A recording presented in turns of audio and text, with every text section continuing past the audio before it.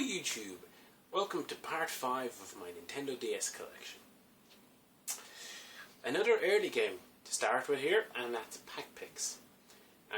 In a lot of the earlier parts, we've kind of touched on the novelty of the DS when it first launched, and this might actually be the epitome of novelty, where the game relies on you drawing Pac-Man and him kind of springing to life and then just going in that direction.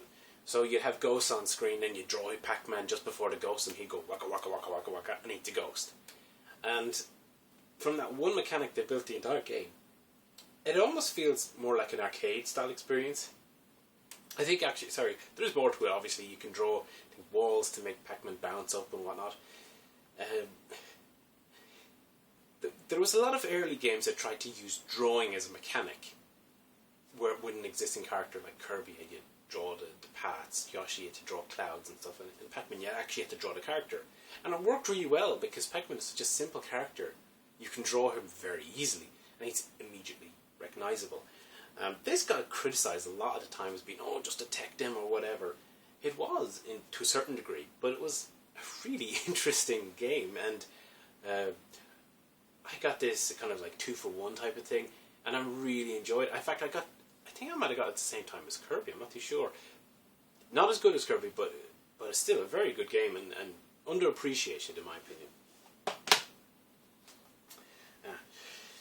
A game I completed, actually. Wow, I completed one of these games. Actually, I completed Pac-Man, what am I saying? Peggle, Dual Shot. Very much suited to the DS, given that you're just flinging a ball. Peggle, it's kind of like pinball and pachinko and I don't know. That type of experience, basically you're flinging a ball and it bounces around the place, and you have to try and knock out various of the pegs before it falls to the bottom. And you have so many shots. I mean, if you don't do it, you don't pass the level. I'm sure everyone has played Peggle because it's PopCap, so it's online, and it's on PC, and it's probably on everything. But it's a good game, and basically this version contains, it's called Dual Shot because, because it wanted to do DS in the title. There's so many games that did that. There was like Advance Wars Dual Strike, Resident Evil Deadly Silence, Peggle Dual Shot. This one has, I can't remember what they call, but basically the first two Peggles are Peggle and Peggle Knights, whatever. It's not a bad game. I mean, whether you want it or not is depending on if you got it on one of a million other platforms, but it's enjoyable. Earlier on we touched on Pokemon Soul Silver, but the first Pokemon game I got was Pokemon Diamond version, and yes, I actually did pay that much for that at the time. Crazy.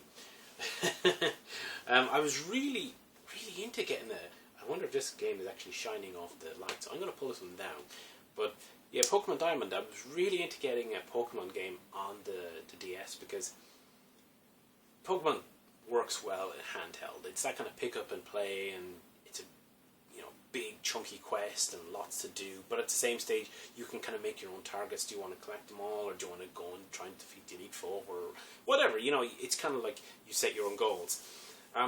Pokemon Diamond is a good game. The graphics, it's pseudo 3D again. It's a bit like Zelda's kind of got that overhead thing going on. They're grand. It's a bit disappointing that when you go into battles it goes into pixel art, and it feels a bit GBA. I do like the fact that it is actually, you can transfer animals? Pokemon from the GBA game using the GBA slot on the bottom.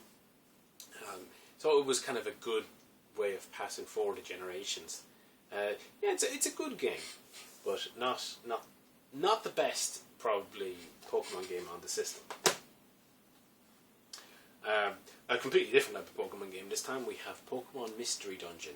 And basically Mystery Dungeon is probably better known for Chiron the Wanderer or Chocobo, but there's been a few of these Pokemon ones, and how can you describe this? Basically, you wander through randomly generated dungeons, and you try and go level by level down the dungeons, and you attack by kind of bouncing into things. I actually got this in the car boot. It's one of those things where some people really like them. I'm a bit more iffy on them. My first experience with this type of game, believe it or not, was on the Master System, and that Dragon's Crystal. Another kind of unusual Pokemon game. It's Pokemon Ranger, Guardian Signs. And the thing about Pokemon Ranger was we're trying to use the stylus to capture Pokemon.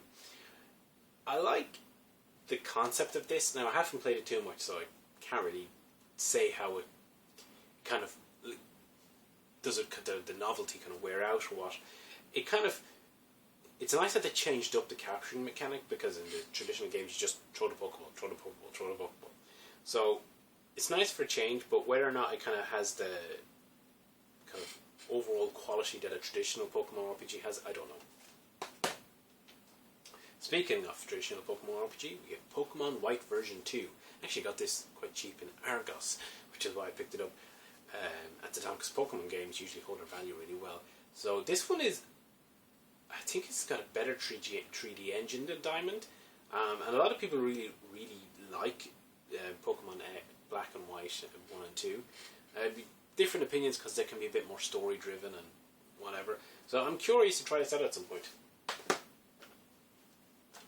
An early puzzle game, Hilarium. This was really early. In fact, when I got this, I got my Nintendo DS before it was officially launched in Europe, because I got a VIP edition. And I got Mario 64 with it, which we'll get to, and nothing else pretty much, a couple of demos. So I was waiting for the launch to come to get up something to play. And there wasn't really much appealing to me at launch, so I think I ended up picking up this, because it was cheap. Essentially, it's a puzzle game where you draw one line over tiles, and that will flip them to a colour, and you have to kind of get everything flipped to the same colour. Very simple concept, quite enjoyable. It's surprising that there was also a GBA sequel or something like that to this. Good for a budget game, but there are better puzzle games. Oops, game's going everywhere. A very recent addition, actually. That's Populace. I think I picked this up in CEX for like £2 or £3 as well. And Populace is a classic strategy game. Your plays, God. The power of the gods actually are in your hands. So maybe you're not the god. This is a fairly decent port, so if you like Populace, it's well worth giving a go. Professor Layton and Pandora's box. To be honest, this really represents, I think the next one's going to be the same, it's and the last Spectre, the whole Professor Layton series. These are really enjoyable. They're sort of like, they're puzzle adventure games basically, where you take a traditional text adventure with your graphics and you throw in lots of logic puzzles. There's over 100 puzzles in this one. Some of them easy, some of them tough. It's well presented, well produced. It's by level 5. They make good games, it seems. I really enjoy the Layton games. I'm surprised that the series has ended effectively on the DS systems. So is Ashley. She's shocked. Shocked! Oh. Moving on to the next lot, we have a very suggestively titled Project Robe. Another very early title, and again it was all about touchscreen. Basically, this is touchscreen mini games. Rub her here and all that. That just, this is not going to end well. In fact, the description of the box is: fall weirdly, wonderfully in rub love. Rub, touch, shout, and blow to perform madcap stunts and rescue your girl from danger. The less said about that, the better. It's actually okay. Puyo Pop Fever. It's Puyo Pop. It's a good, solid version of Puyo Pop. There's nothing more to say about it. One of my favourite puzzle games on the system, Puzzle Quest. This really is a great game. Basically, it's Bejeweled with an RPG stuck onto it. As crazy as that sounds, it works really well, because you go and you level up your character and you get different spells, and it's all based around the mechanics of a Bejeweled style game. So if you like Bejeweled at all, and you don't mind doing a bit of, adding strategy and whatnot to it, definitely check out Puzzle Quest. Highly recommended. The Chorus Kids and whatnot. It's Rhythm Paradise. It's a decent rhythm game. It's the kind of core concept is that you tap to the rhythm, or so you could be like flicking. I can't remember what they were. says flick the stylus and get into the groove. Just over 50 rhythm games. So there's one that's like table tennis where you batten the ball, one where you're picking up turnips, but they're all about kind of tapping and whatnot to the music. I think I've jumped some, but anyway, psych training. It's another expanded audience game. This one is literally just has the expanded audience stuff, so it's more of utility again. It says 5 aspects of focus ability: dynamic visual acuity, momentary vision, eye movement and whatnot. I played it, actually tried this and did the kind of diary and whatnot for a while. It's okay, it's not bad. Like, again, I picked it up for next to nothing, which makes it seem okay, but it's hard to imagine people spending full price on this, and yet they did, because it was a $1 million seller. So the sequel to to Project Robe is the Robe Rabbits, as they call it, Rub It, Love It, Rabbit. Touch, rub, blow on the back. Yeah, touch, rub, blow. That kind of sums this game up. It's basically more the same. More mini games trying to use the touchscreen and the stylus and whatnot, and different orientation, because it learned from brain training. Hang on, you could hold the DS on its side like a book. So, again, if you pick it up cheap, the mini games are fun enough. And finally, for this part, we have Runway. Is it Runaway? Runaway, A Twist of Fate. So this is your more classic kind of adventure game.